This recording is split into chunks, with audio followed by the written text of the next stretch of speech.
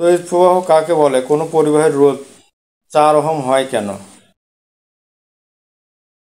কোনো পরিবাহকের যে কোনো প্রস্থচ্ছেদের মধ্য দিয়ে একক সময় যে পরিমাণ আধান প্রবাহিত হয় তাকে তড়িৎ প্রবাহ বলে। রোধ হলো কোনো পরিবাহীর মধ্য দিয়ে বিদ্যুৎ চলার সক্ষমতাকে বাধা প্রদানের ক্ষমতা।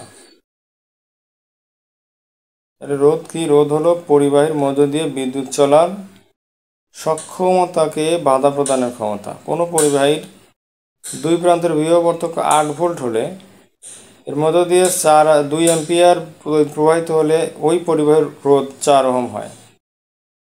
তাহলে কি কোনো পরিবাহীর দুই প্রান্তের বিভব পার্থক্য 8 ভোল্ট হলে ও এর মধ্যে দিয়ে 2 অ্যাম্পিয়ার তড়িৎ প্রবাহিত হলে ওই পরিবাহীর রোধ 4 ওহম হয়।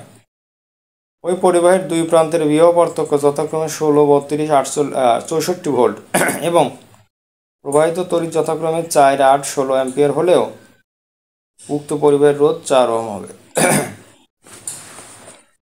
তো বন্ধুরা, এই ছিল আজকের ভিডিও। আল্লাহ হাফেজ, আসসালামু আলাইকুম।